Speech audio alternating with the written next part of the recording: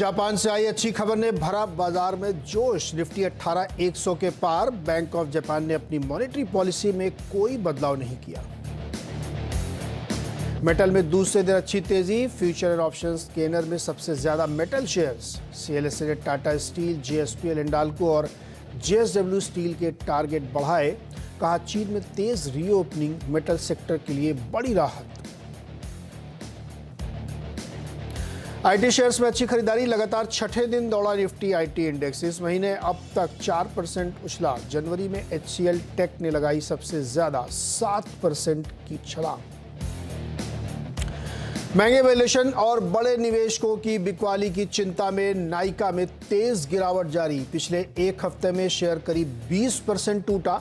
Record ऊंचाई से 70% value साफ। और कमजोर नतीजों के बाद 4% से ज्यादा टूटा डेल्टा कॉर्प का शेयर। कंपनी के मार्जिन पर दिखा भारी दबाव। आज वायदा बैन में है शेयर। उधर आईसीआईसीआई लोम्बार्ड भी नतीजों के बाद करीब 4% फिसला। स्वागत है आपका ट्रेडर्स हॉटलाइन में और हम लोग आज बातचीत करेंगे। तमाम आपके सवाल सुलझाने की कोशिश करेंगे। आप स्क्रीन पे जो नंबर दिख रहा है व्हाट्सएप, उस पर अपने आप सवाल भेज सकते हैं। ट्विटर पे भी हमें भेज सकते हैं। छोटे और स्पष्ट सवाल भेजेंगे तो लेने में ज़्यादा मदद रहेगी।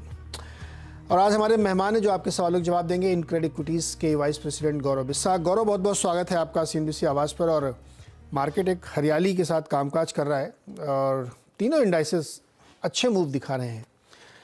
क्या रुख बनता है? अगर आपको इस समय निफ्टी में ट्रेड लेना हो या बैंक निफ्टी में ट्रेड लेना हो तो कौन सा ट्रेड लेंगे आप? Good morning. देखिए, दोनों ही इंडेक्स में अच्छे बाउंसबैक देखने मिली है। मेजर सपोर्ट से दोनों ही इंडेक्स भागे हैं। तो अगर आप निफ्टी की बात करें तो 17,780 17,800 स्पॉट में यहाँ से एक अच्छी बाउंसबैक हमको देखने मिली है और फॉलो बाइंग नजर आ रही है। सिमिलरली 41,600 41,800 जो जोन था बैंक निफ्टी का, वो उसके ऊपर ट्रेड कर रहा था। वहां पे भी अगर देखा जाए तो अच्छी एक फॉलो बाइंग नजर आ रही है। तो अगर कंपेयर करूं मैं, तो मैं निफ्टी में आप प्रेफर करूंगा ट्रेड लेना, जहां पे निफ्टी फ्यूचर्स को आप बाय कीजिए। एक अच्छी अपसाइड हो चुकी है। आइडियली तो नीचे में रहना चाहिए, लेकिन यहाँ पे अगर कोई बाय कर रहा है तो आपके जो स्टॉपर्स आएंगे वो 17,960 के आएंगे और ऊपर में 18,250 ये एक स्तर होगा। इसके ऊपर एक बार क्लोजिंग आ जाती है तो फिर एक अच्छी अपसाइड आपको 18,400 के लिए देखने मिल सकती है। तो जो प्रीवियस हाई था 18,250 के आसपास, वो एक बार अटेम्प्ट हो सकता है। तो यहाँ से अगर कोई बाय कर रहा है तो आपको तकरीबन 100 रुपए का टारगेट आएगा और 80 रुपए से स्टॉप लॉस आएंगे।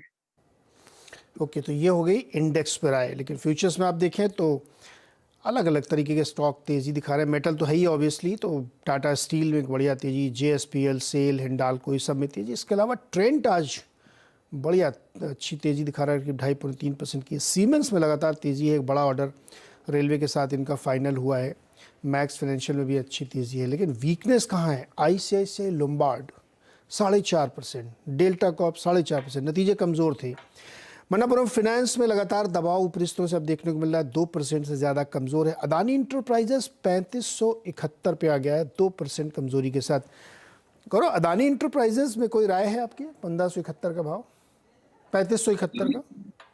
देखिए, यहाँ पे ऊपर उस पर अच्छा खासा एक प्रॉफिट बुकिंग देखने मिला है और यहाँ पे प्रीवियस स्विंग जो लो थे उसके नीचे ही ये ट्रेड कर रहा है। तो यहाँ पे मैं वेट एंड वॉच रखूंगा। बाइंग यहाँ पे अवॉइड करनी चाहिए।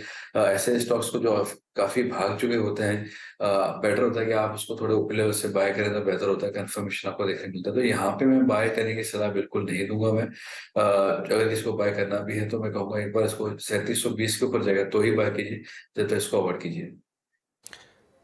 ओके, इसको अवॉइड करिए अभी। गौरव, आपने नाइका का चार्ट देख पाएंगे क्या? बहुत लंबा तो नहीं होगा, साल भर का ही होगा अभी मेरे ख्याल में।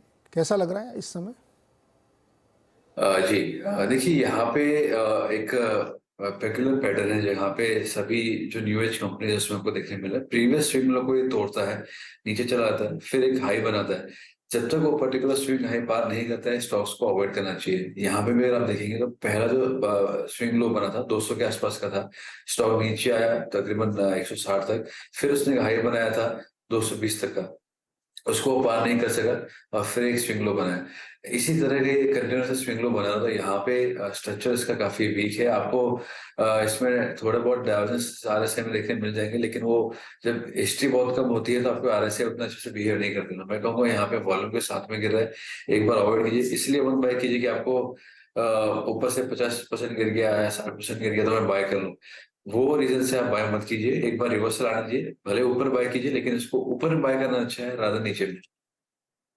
ओके, तो इसको अवॉइड करिए। अपने अपने सबसे ऊपरी स्तर से 70% स्टॉक करेक्ट हो चुका है और 52 वीक हाई से भी 63% डाउन है इस समय। चलिए फटाफट दर्शकों की तरफ चलते हैं, लुधियाना चलते हैं। विशाल हमारे साथ जुड़ गए हैं। विशाल बताइए क्या सवाल है। हेलो। हाँ हेलो। बताइए बताइए सवाल बताइए।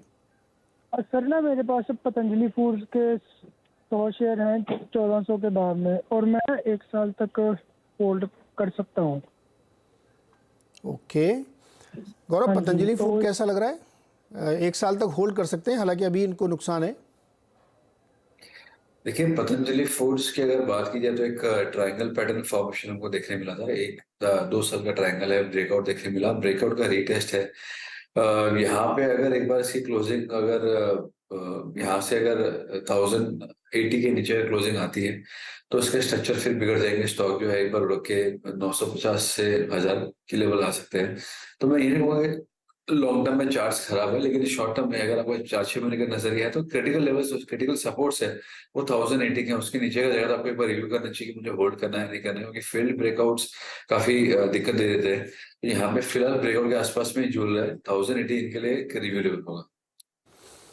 ओके, तो पतंजलि फूड्स पे ये राय निकल के आ रही है। अब चलते हैं चंबा हिमाचल प्रदेश। राकेश कुमार जी मेरे साथ है। राकेश जी आवाज़ आ रही है आपको? हाँ जी, आ रही साहब। अरे राकेश भाई, ये बस बताओ कि आज सुबह किसी ने एक ट्वीट पे लिखा था कि वहाँ माइनस में टेम्परेचर चला, क्या बहुत ज़्यादा है? कड़क ठंड है क्या?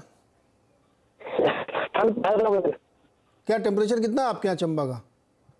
हाँ जी, वहाँ कितना तापमान है? हम वहाँ तो पता नहीं, बहुत ठंड है, ठंड बहुत है। ठंड बहुत है। बताइए, अच्छा क्या सवाल है आपका? मैंने इंडियन बुल्स खरीदे थे ना शेयर, ये 1350 158 पर। 158 पर 1350 शेयर आपने इंडिया बुल्स हाउसिंग फाइनेंस के खरीदे हैं। और पीएनबी के हाउसिंग फाइनेंस के खरीदे थे ये 581 के। टीएनडी कौन सा? PNB housing. पीएनबी हाउसिंग है। ठीक ठीक, लेता हूँ सवाल। गौरव पहले ये बताइए, इंडिया बुल्स हाउसिंग फाइनेंस 139 अभी चल रहा है, 158 पे इन्होंने लिए हैं 1350 शेयर। क्या फ़ायदा होगा इनको? देखिए, होल्ड करना होगा। यहाँ पे ट्रेंड फिलहाल वीक ही था। अभी प्रीवियस जो लो है वहीं से बाउंस बैक करके आया है, तो शायद एक और अच्छी अपसाइड को देखने मिल जाए। इसका जो रिएक्शन होगा अपसाइड का, जब तक इसके अंदर क्लोजिंग जो है 160 की दिक्कतें रहेगी जो इनकी बाइंग प्राइस के आसपास में है, तो मैं कहूँगा यहाँ पे फिलहाल बने रहिए। स्ट्रक्चर वीक भी नहीं है, खराब भी नहीं है। जैसे मार्केट अगर मूव कर लिया तो ये भी मूव कर लेगा, आउट परफॉर्म भले ना करे। तो फिलहाल आप इसे बने रह सकते हैं। इस पर रुके रह सकते हो। और पीएनबी हाउसिंग पे भी राकेश ने फंसा रखा है पैसा अपना, उसमें क्या करना चाहिए? पीएनबी हाउसिंग की बात करें, राइट? हाँ, पीएनबी हाउसिंग, यस। ये वॉल्यूम के साथ में अच्छा बड़ा है और एक शॉर्ट टर्म में एक अच्छे ब्रेकआउट्स देखने मिले। यहाँ पे भी बने रहिए। यहाँ पे जो इमीडिएट हर्डल है वो आपको देखने मिलेगा तकरीबन 590 595 का, उसके ऊपर क्लोजिंग अगर आती है तो और अच्छी अपसाइड आपको यहाँ से देखने मिल सकती है। और स्टॉक जो है वो काफी बड़े लेवल्स आपको दिखा सकता है। यहाँ पे आपको बिल्कुल बने रहना चाहिए। ओके, तो ये राय बन रही पीएनबी हाउसिंग में। अच्छा, एक दो सवाल ट्विटर से लेते हैं। रमेश कोठारी, केशोराम इंडस्ट्रीज़ के 200 शेयर इनके पास 6250 पे, शॉर्ट टर्म का राय चाहिए इनको। देखिए, केशोरा में शॉर्ट टर्म के लिए अवॉइड कीजिए, क्योंकि यहाँ पे एक रेंज में ये ट्रेड कर रहा है। ऊपर लेवल से प्रॉफिट बुकिंग है, नीचे लेवल से थोड़े से बाइंग आ रही है। तो जब स्टॉक रेंज में है तो यहाँ पे बाय करके मतलब होता नहीं है। यहाँ पे जो ब्रेकआउट आपको नजर आएंगे वो 65-66 के हैं। तो 66 को अगर होल्ड करता है तो आप बाय कीजिए। आपके स्टॉप लॉस 63-62 के होंगे। ऊपर में आप 75 के लेवल के रिप्ले कर सकते हैं। यहाँ पे मैं उसको कहूँगा अवॉइड। अच्छा, स्वप्निल डोलास ने निफ्टी 17900 का पुट 21 रुपये पर 4 लॉट लिए हैं, होल्ड करें क्या? देखिए, अभी अगर कल की एक्सपायरी का है तो मैं कहूँगा होल्ड करके मतलब है नहीं। हम यहाँ से बात करें 200 पॉइंट गिरने के लिए, थोड़ी सी प्रॉफिट बुकिंग यहाँ पे आ सकती है, लेकिन क्या वो 17,900 के नीचे आएगा बोलना डिफिकल्ट है। मुझे लगता है कि यहाँ पे 17,900 के नीचे एक बार अटेम्प्ट आएगा तो यहाँ पे एग्जिट करना बेहतर होगा कल के एक्सपायरी का। ओके स्वप्निल भाई, आपके लिए राय मिल गई है। और सतीश जी जयपुर से हमारे साथ जुड़ रहे हैं। सतीश जी नमस्कार, सवाल पूछिए अपना सर। नमस्कार जी। मेरे पास आरटी ड्रग्स है 151 और 629 करीबन अप्रोक्सीमेटली मेरी कॉस्ट है। 629, 629 रुपये, इसको चेंज करिए, 629 है, 151 शेयर हैं। क्या करना चाहते हैं आप? हाँ बताइए, आप मेरे को राय दीजिए। गौरव, क्या करना चाहिए इनको? देखिए, स्टॉक डाउन ट्रेंड में है और डाउन ट्रेंडिंग स्टॉक में इन्होंने पोजीशन बनाई है। और दूसरी तरफ इसके वीकली चार्ट अगर देखिएगा तो 55 ईएमए के नीचे ही कंसिस्टेंटली ट्रेड कर रहा है। जब तक ये उसको पार नहीं करेगा क्लोजिंग बेस पे, कहने का मतलब 490 की क्लोजिंग चाहिए हमको, 485 की क्लोजिंग चाहिए हमको वीकली चार्ट्स पे, तो यहाँ पे थोड़ा चार्ट सुधरेगा। अदरवाइज आपको अगर कहा जाए तो आप 390 का एक स्टॉप लॉस बना लीजिए, उसके नीचे या तो आप एग्जिट कीजिए, फिर काफी बड़े ब्रेकडाउन देखने मिल सकते हैं। तो 390 का स्टिक स्टॉप लॉस रहेगा। मोमेंटम इसके अंदर 475 की वीकली क्लोजिंग के ऊपर आएगा। 475 की वीकली क्लोजिंग होगी तो मोमेंटम आएगा, वरना 390 का स्टॉप लॉस लगाइए। इस बीच एक खबर चली है, अशोक लेलैंड को 500 बसों का ऑर्डर मिला है श्रीलंका से। स्टॉक हिल नहीं रहा है, 20 पैसे चला है ऊपर स्टॉक। तो इतने बड़े बड़े ऑर्डर पे स्टॉक 20 पैसे हिल नहीं रहा है, इस तरीके की रिजिडिटी है। अच्छा, is it good time to start SIP in Nifty IT 20 for 3 to 5 years time? Gaurav, इस सवाल का जवाब बताइए। बिल्कुल, ये मेरे लिए सबसे आसान सवाल है, क्योंकि आपके चैनल के माध्यम से भी जब भी मेरा इंटरेक्शन हुआ है ऑन एयर, मैंने यही कहा कि अगर किसी का नजरिया आईटी के लिए है और आप 2-3 साल कम से कम रख सकते हो, तो मुझे लग रहा है कि सबसे अच्छा परफॉर्मिंग इंडेक्स जो है वो आईटी में हो सकता है। और अगर आप एसआईपी की बात करें तो और भी अच्छा है, क्योंकि टाइमिंग करना डिफिकल्ट है कि हाँ यहीं से आईटी मूव करेगा या 3 महीने बाद से आईटी मूव करेगा। तो अगर आपका नजरिया एसआईपी का है और आप मिनिमम 2-3 साल रख सकते हो, तो मुझे लगता है कि आईटी में काफी बड़ी अपसाइड को देखने मिल सकती है। तो इसमें तो भैया लगाइए पैसा, है तो परफॉर्म करेगा ही। अगला सवाल है जम्मू से राकेश उप्पल जी। राकेश जी नमस्ते, बताइए क्या सवाल है। हेलो जी राकेश जी, राकेश जी अपना टीवी का वॉल्यूम बंद करिए, वरना हमारी आपकी आवाज़ इको होगी, सुनाई नहीं देगा फिर। नमस्ते। तो मेरे पास एनसीसी है 20 मेरे पास एनसीसी है 20 रुपये पे 1000 शेयर। 20 रुपये पे? जी। क्या करना चाहते हैं? बड़ा मुनाफा तो अच्छा हो रहा है आपको। जी। गौरव, बेच लें क्या? लॉन्ग टर्म के लिए रखा है। लॉन्ग टर्म के लिए था, लेकिन प्रॉफिट तो हो गया ना सर, 5 गुना हो गया लगभग पैसा आपका। गौरव, क्या करना चाहिए? प्रॉफिट बुक करें या बने रहें? मेरे हिसाब से आप यहाँ पे बने रह सकते हैं। इसके चार्ट स्ट्रक्चर काफी अच्छे हैं, एक ट्रायंगल ब्रेकआउट का पैटर्न हमको देखने मिला है। वीकली चार्ट्स पे अगर मंथली क्लोज इसकी 90 के ऊपर आ रही है तो मंथली चार्ट्स पे ब्रेकआउट आ जाएगा। यहाँ पे आप फिलहाल बने रहिए। आपको चाहिए कि मैं थोड़ा बहुत करूँ तो आप 20% प्रॉफिट बुक कर लीजिए, बाकी आप होल्ड कीजिए। मुझे लगता है कि ये सस्टेन अगर हो गए ब्रेकआउट के लेवल्स, तो आपको यहाँ से 120 से 150 रुपए तक की ऑप्शन को देखने मिल सकती है। अच्छा, इस बीच एक खबर आ रही है स्क्रीन के नीचे, देखिएगा, कंटेनर कॉरपोरेशन ऑफ इंडिया को लेकर के। कॉनकॉर के EOI एक्सप्रेशन ऑफ इंटरेस्ट को अंतिम मंजूरी जल्दी मिल सकती है, ऐसी खबर निकल के आ रही है और सरकार इसको डाइवेस्टमेंट करना चाहती है। CGD की बैठक 30 जनवरी को हो सकती है। इस खबर को जो लेके आए हैं उनका नाम है लक्ष्मण रॉय, अगर हमारे साथ फोन लाइन पे। लक्ष्मण, क्या खबर है, बताइए जरा। देखिए, दरअसल जो कॉनकॉर जिसके विनिवेश को लेकर लंबे समय से इंतजार चल रहा था, हमें लगता है अभी इंतजार खत्म होने वाला है और 30 जनवरी को कोर ग्रुप ऑफ डाइवेस्टमेंट, जो कि कैबिनेट सचिव की अगुवाई में बैठक होती है, वो होने जा रही है और इसमें इसके एक्सप्रेशन ऑफ इंटरेस्ट को अंतिम मंजूरी मिल जाएगी। और खास बात यह है कि जो ड्राफ्ट तैयार किया गया है, जो मुझे सूत्रों से पता चला है, उसमें 2-3 चीजें काफी महत्वपूर्ण है। पहली बात की, जो कॉनकॉर में सरकार अपनी हिस्सेदारी बेचना चाहती है 30.8%, उस हिस्सेदारी खरीदने के लिए विदेशी कंपनी नहीं, और विदेशी फंड को भी इस बात की छूट दी जाएगी कि आप चाहें तो इसमें अपनी बोई लगा सकते हैं। तो एक बड़ी बात यह हो कि विदेशी कंपनी और विदेशी फंड भी इसमें हिस्सा ले सकेंगे। दूसरा कि किसी भी सरकारी कंपनी को नीलामी में हिस्सा लेने की छूट नहीं होगी। जो अक्सर कई बार होता है कि सरकारी कंपनियां आती हैं, वो नीलामी में हिस्सा लेके चली जाती हैं, तो वो यहाँ पे संभव नहीं होगा। ये सरकारी कंपनियों की इस पर मनाही होगी। और कोई अगर चाहे तो 3-4 कंपनियां कंसोर्शियम में मिलकर भी अपनी बोई लगा सकती है। इन सब शर्तों के साथ सरकार एक्सप्रेशन ऑफ इंटरेस्ट को जल्द जारी करने वाली है कॉनकॉर के लिए, जिसमें सरकार हिस्सेदारी बेचना चाहती है। लक्ष्मण, बजट के मुहाने पे हम लोग खड़े हुए हैं और सरकार चालू वित्त वर्ष में विफल रही है, इन्वेस्ट कर नहीं पाई वो किसी कंपनी का। बड़ी कोशिश करते हैं लेकिन हो नहीं पाया है। तो ये एकदम बजट के करीब पहुंच के संभव है कि सब बहुत सारी चीज़ें कर लें, थोड़ी तेज़ी दिखाएं? दरअसल यहाँ पे जो आपने बिल्कुल सही कहा है कि चालू कारोबारी साल में बहुत सारी कंपनियों का विनिवेश नहीं हुआ है, लेकिन अगले कारोबारी साल के शुरुआती क्वार्टर में आप देख सकते हैं कि विनिवेश में अच्छी खासी बढ़ोतरी आएगी। इसके पीछे वजह है कि 4-5 कंपनियां जो है विनिवेश के मुहाने पर पहुंची हुई हैं, जिसमें container corporation of India, shipping corporation of India, BEML जैसी कंपनियां जिसका एक्सप्रेशन ऑफ इंटरेस्ट लगभग अंतिम चरण में है, डीमर्जर लगभग अंतिम चरण में है। तो ये सारी कंपनियों का विनिवेश खत्म होता हुआ अगले कारोबारी साल में देखेंगे, तो उससे जो पैसा आता है वो पैसा आपको अगले कारोबारी साल में आता हुआ दिखेगा। तो टेक्निकल टर्म में देखेंगे तो विनिवेश अगले कारोबारी साल में तेज होता हुआ दिखेगा, लेकिन किसी नई कंपनी का विनिवेश होगा, कोई नई कंपनी विनिवेश के लिए आगे आएगी, उसकी संभावना मुझे थोड़ी सी कम दिख रही है अगले कारोबारी साल में। अगले कारोबारी साल में नई कंपनियों के विनिवेश को लेकर रफ्तार धीमी रहने वाली, क्योंकि कल आपने देखा कि बीजेपी कार्यकारिणी की बैठक हुई और पूरी तरह सरकार अब चुनावी मोड में जा रही है। तो राजनीतिक रूप से कोई ऐसा कदम नहीं उठाएगी जो थोड़ा सा अनपॉपुलर टाइप से हो। अरे मुझे तो बहुत चिंता है कि पुरानी कंपनियों में भी करेंगे कि नहीं करेंगे। अभी तो OPS NPS में भी जूझना है। आज देखिए, अभी थोड़ी देर में प्रेस कॉन्फ्रेंस है चुनाव आयोग की, 3 राज्यों के चुनाव का ऐलान होने वाला है आज। बड़ा मुश्किल भरा साल रहेगा लक्ष्मण भाई।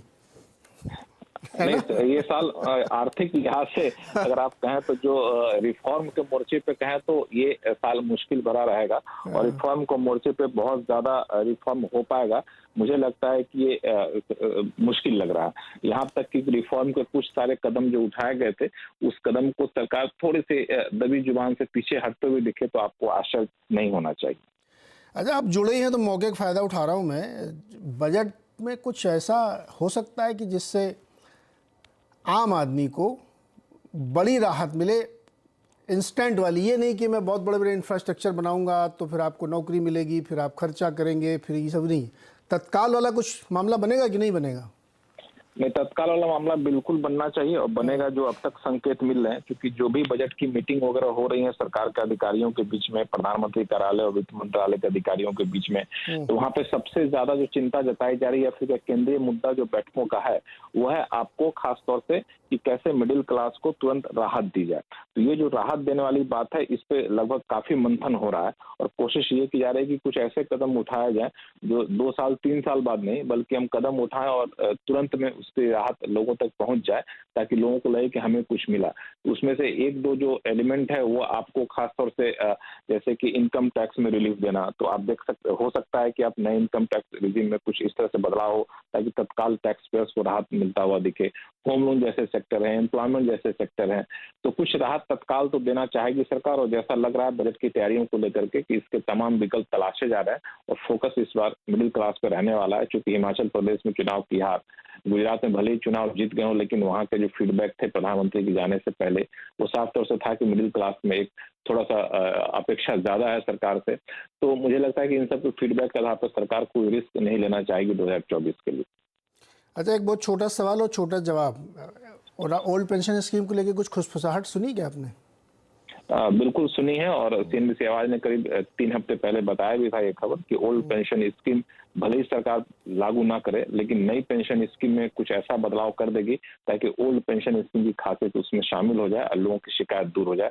तो ना चाहते हुए भी ओल्ड पेंशन स्कीम की तरफ सरकार मुड़ करके देख रही है। क्या खासियत क्या होगी वो? जो रिटर्न, जो एश्योर्ड रिटर्न की बात हो रही है, जो पेंशन की गारंटी की बात हो रही है, जो ओल्ड पेंशन स्कीम की खासियत थी, वो अभी न्यू पेंशन स्कीम में काफी हद तक डाइल्यूट कर दिया गया है। तो उसको फिर से रिस्टोर किया जाएगा, लेकिन ऐसा नहीं कहा जाए कि हम न्यू पेंशन स्कीम को खत्म कर रहे हैं, ओल्ड को ला रहे हैं। दरअसल न्यू में ही कुछ बदलाव किए जा सकते हैं। अच्छा, मतलब मिलने के बहाने बुलाएंगे और पार्टी दे देंगे, ऐसा? बिल्कुल। चलिए, हम लोग इंतजार करेंगे बजट में क्या ऐलान होने वाले, बहुत इंतजार हो रहा है मार्केट की तरफ से। बहुत बहुत शुक्रिया लक्ष्मण हमारे साथ जुड़ने के लिए, जानकारी देने के लिए। एक सवाल ले लेते हैं अलवर से। मनोज शर्मा जी हमारे साथ जुड़े हुए। मनोज जी नमस्कार, बताइए क्या सवाल है? नमस्कार सर। सर मेरे पास 1800 गेल है, gas authority of India, 91 rupees पे, और इसका मूवमेंट 86 से 96 तक हो रहा है। तो दिक्कत क्या है? मेरा सवाल है कि जो गैसेस के वर्ल्ड वाइड रेट्स डाउन हो रहे हैं, उसका इम्पैक्ट इसके ऊपर कब तक आएगा? उसका इम्पैक्ट इसके ऊपर कब तक आएगा? तत्काल आना चाहिए। देखिए, एक तो इनका गैसप्रॉम वाला केस फंसा हुआ है, जो सिंगापुर की यूनिट ने, रशियन कंपनी ने रोक दिया था। अभी तक औपचारिक तो मुझे पता नहीं कि खबर नहीं आई शायद अभी तक, लेकिन बहुत जल्द आने वाली है। और इंटरनेशनली प्राइस बहुत गिरे हैं, यूएस फ्यूचर्स में बहुत गिरे हैं। हेनरी हब में जाए तो एवरेज काफ़ी नीचे आया है। यूरोप में उतने नहीं गिरे हैं जितने गिरने चाहिए। गिरे हैं वहाँ पे, लेकिन थोड़ा थोड़ा बीच बीच में बढ़ भी जाते हैं। तो इसका फ़ायदा इनको मिला, क्योंकि स्पॉट प्राइसेस जो गैस के हैं वो बहुत नीचे आए हैं। जो पहले 50, 60, 65 डॉलर तक गए थे, वो नीचे आए थे। उसको फ़ायदा तो डेफिनेटली होना चाहिए। और बीच में इनकी जो पाइपलाइन चलती है, उसमें मार्केटिंग मार्जिन और कैरेज के लिए भी इनको काफ़ी छूट दी गई थी। तो इन सबको फ़ायदा होना चाहिए, लेकिन यह है सरकारी कंपनी, धीरे धीरे होती है। चार्ट पे पूछ ले एक बार। गौरव जी बताइए, गेल कैसा लग रहा है चार्ट पे? देखिए, इन्होंने सही कहा, एक रेंज में ट्रेड कर रहा है और 100 का एक्यूमुलेट हर्डल 90 एंड 80, 100 का इसके ऊपर सस्टेन हो गया। तो एक अच्छी ब्रेकआउट आपको देखने मिल सकते हैं 106 से 108 के लिए। यहाँ पे आप फिलहाल बने रह सकते हैं। इमीडिएट मूविंग एवरेज के ऊपर ट्रेड कर रहा है और हर हाई जो है ऊपर बन रहा है, हर लो भी है ऊपर बन रहा है, अपट्रेंड में है। यहाँ पे फिलहाल आप बने रह सकते हैं, लेकिन इसमें जो एक्शन है शुरू होगा 100 की क्लोज के ऊपर। ओके, तो अच्छा, ये क्या गेल में सर, अगर ये एसी रेंज में स्टक हो रहा है तो उसको बेच के प्रॉफिट ले लें, जब नीचे आए फिर लें? ऐसे कर सकते हैं क्या, ऊपर नीचे के बीच में प्रॉफिट निकालते रहें? जी, अगर इनका नजरिया ट्रेडिंग का है तो यहाँ पे करना चाहिए बिल्कुल। या तो फिर नीचे में बाय कीजिए, या 100 के ऊपर सस्टेन हो जाए तो आप बाय कीजिए। और अगर इनका नजर लॉन्ग टर्म का है तो फिर एक बार बने रह सकते हैं। बेचेंगे, खरीदेंगे, क्या प्रॉफिट बुक करेंगे? सर प्रॉफिट बुक तो कर सकते हैं, लेकिन आप देखिए इसमें इतना नहीं है कि मार्जिन मिल नहीं पाता है हम लोगों को बाई करने के लिए। अगर हम इंटरडे भी जाएं तो भी हम ना तो हम बाई कर इसमें एडवांटेज ले सकते हैं, ना सेल करके एडवांटेज ले सकते हैं। हमेशा कॉल रिवर्स पड़ने के चांसेस ज्यादा रहते हैं। तो यही है कि कंपनी अच्छी है, मौका अभी हो सकता है कि जो आपने बताया कि जो केसेस वगैरह चल रहे हैं उसकी वजह से कोई मूवमेंट आ सकता है। क्योंकि जब मैंने लास्ट टाइम दो महीने पहले, 1.5 महीने पहले रिव्यू करवाया था आपसे, तब गावा जी ने कहा था 130 तक जा सकता है, लेकिन स्टिल ये 95, मतलब सेंटर पॉइंट 95 के आसपास ही मूव कर रहा है। यस, देखो ये सेक्टर मेरा, इसलिए मैं विश्वास के साथ कह सकता हूँ कंपनी बढ़िया और इसके लिए इन्वायरमेंट अच्छा है। लेकिन दिक्कत क्या है, ये सरकारी कंपनी है, बहुत सारे फैसले धीरे धीरे होते हैं।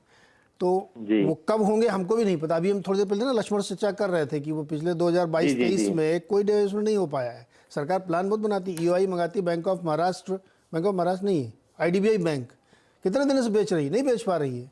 तो ऐसी बहुत सारी चीज़ें अटक जाती सरकारी कंपनीज में। तो अगर आप लॉन्ग टर्म वाले तो होल्ड करके रखिए, कंपनी में कोई बुराई नहीं है, चलेगी इसमें है, लेकिन कब चलेगी पता नहीं, ये आप मान के चलिए। तो हो गया समय समाप्त। गौरव सर बहुत बहुत शुक्रिया मदद करने के लिए, और आ गए हमारे साथ लाल कोट में। अब देख लाल नीला बाजार में कॉम्बो है। मुझे मना किया था डॉक्टर साहब ने अंदर जाने के लिए, मत जाओ तुम ड्यूरेशन खा जाते हो और शो लेट हो जाता है, ब्रेक ले लो, ब्रेक ले लो। तो गेल पे जाते जाते एक टिप्पणी जरूर कि 70% जो सीएनजी के पंप है इंडिया में, उसमें इनका मार्केट शेयर है। तो अच्छा एसेट है, अच्छा स्टॉक है, नहीं वो बात अलग है, लेकिन अच्छा चल रहा है। हाँ, अच्छा एसेट और अच्छे स्टॉक में तो अंतर होता ही है ना। तो अच्छा एसेट जरूर है, अच्छा स्टॉक भले अभी नहीं दिख रहा आपको, लेकिन अदरवाइज स्टॉक जरूर फ्लैटिश टोन पर है। खैर, एक ब्रेक का वक्त हो गया, ब्रेक के बाद लौटते हैं। खिलाड़ी नंबर 1, 3 खिलाड़ी हमारे साथ मौजूद हैं, और साथ ही साथ आज रिन्यूएबल स्पेस पर हम बातचीत करेंगे, बजट को लेकर क्या उम्मीदें हैं उस पर चर्चा करेंगे छोटे से ब्रेक के उस पर।